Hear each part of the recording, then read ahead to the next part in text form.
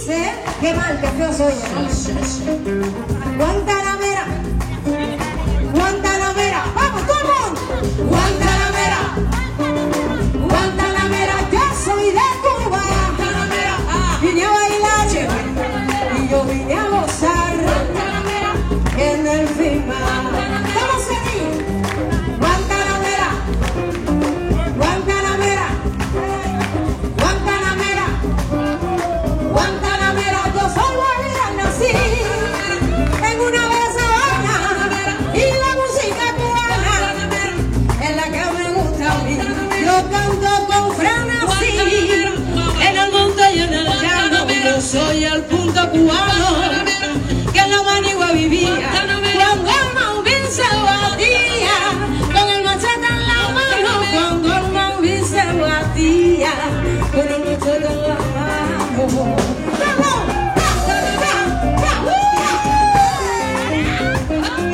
Guantanamera, Guantanamera,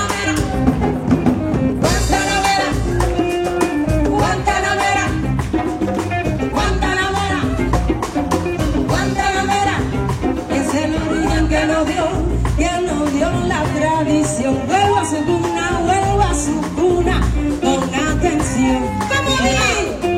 Guantanamera, Guantanamera, Guantanamera, Guantanamera, ¡sí! Guantanamera, qué rico. Guantanamera, Guantanamera, Guantanamera, merci beaucoup. Guantanamera, gracias. Bonsoir chers téléspectateurs, on est toujours à Gorée et là je suis avec Myriam.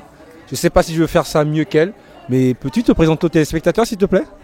Oui, bonjour à tous, je m'appelle Myriam Ndiaye, j'ai 27 ans, j'habite à Yoff. Et puis voilà, je suis au Sénégal maintenant depuis plus d'1 an et demi. Tu as assisté au festival MAC, quelles sont tes impressions? Je suis contente et je suis surtout fière qu'on ait pu participer à un événement qui a été organisé pour le monde et pour l'Afrique en général. Et puis je trouve que c'est de très belles initiatives. On voit qu'on commence enfin à prendre le dessus sur notre art et sur notre avenir aussi également. Quel est ton regard sur la culture au Sénégal de manière générale? Alors je pense que le Sénégal a une culture très riche. On est très bon en tout ce qui est l'artisanal. Donc on est capable de construire, de faire les choses par nous-mêmes. Et puis après, bon, d'un autre côté, j'ai l'impression encore que l'art, ça reste un domaine qui est très sous-estimé au sein de notre pays. J'ai pas l'impression qu'on ait des lois qui régissent à proprement dit de la propriété intellectuelle et surtout l'art de nos artistes tout simplement. Toi, tu as décidé comme ça de revenir t'installer ici, apporter quelque chose pour le développement de l'Afrique de manière générale. Et quel est ton message à l'endroit de ceux qui se battent en se disant que l'avenir se trouve en Europe? Non, je pense que l'herbe n'est pas plus verte ailleurs. Je pense qu'il faudrait d'abord semer déjà chez nous, voir ce qu'on est capable de faire et de réaliser, prendre conscience de ce qu'on a. Puis après, éventuellement, s'il s'agit de partir, quitter notre pays, là, ce serait pour justement prendre le savoir des autres pays et de l'importer ici. Mais pas inversement. L'Europe ou les États-Unis, c'est pas un Eldorado, c'est idéalisé, mais c'est pas ce qu'on voit réellement à la télé, hein, ce qui se passe réellement chez eux là-bas. Je suis un petit peu mitigée dans le sens où on ne peut pas vouloir à cette génération-là de vouloir partir et de s'exiler. Par contre, je me demande ce qui est fait au niveau national dans nos pays, qu'est-ce qui ne va pas, qu'est-ce qu'on n'a pas donné à nos enfants pour qu'ils puissent vouloir partir et quitter leur pays. Je pense que déjà on devrait les recenser, savoir ce qu'ils ont envie de faire, savoir dans quoi ils veulent travailler et dans quoi ils veulent s'émanciper avant de pouvoir penser à un exode. Après, moi, ça m'attriste personnellement, ça m'attriste. Moi qui ai vécu en Europe, je suis née en France, j'ai grandi là-bas, j'ai étudié là-bas, j'ai tout fait là-bas.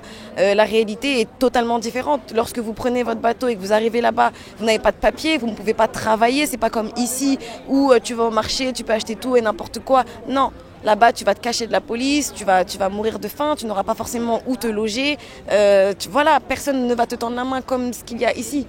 Je pense qu'on est mieux chez nous, plutôt que d'aller chez les autres et de se faire manquer de respect et humilier au quotidien dans d'autres pays, ça n'en vaut pas la peine. Et toi, tu es optimiste? Je suis optimiste, oui, je suis optimiste et pragmatique et je pense qu'ensemble, on pourra arriver à de grandes choses si on arrive à s'écouter déjà pour commencer. Et si on se respecte aussi nous-mêmes, déjà ça commence par soi, et respecter les autres bien évidemment. Et tu me disais en off que tout système peut être contourné. Déjà, et comment t'expliques ça? Je pense que c'est comme pour tout. Quand vous allez à l'école, votre maîtresse d'école vous dit non, il ne faut pas bavarder. Vous finissez toujours par bavarder. Si vous n'arrivez pas à bavarder parce que votre voix fait du son, vous allez envoyer des petits papiers, des petits messages. Donc voilà, on peut ruser, on peut essayer de contourner le système d'une certaine manière. On sait qu'il y a des choses qui sont en place. Après, aucun système n'est parfait, mais je pense qu'en le contournant aussi, notamment, peut-être qu'on peut réussir essayer en tout cas de le parfaire.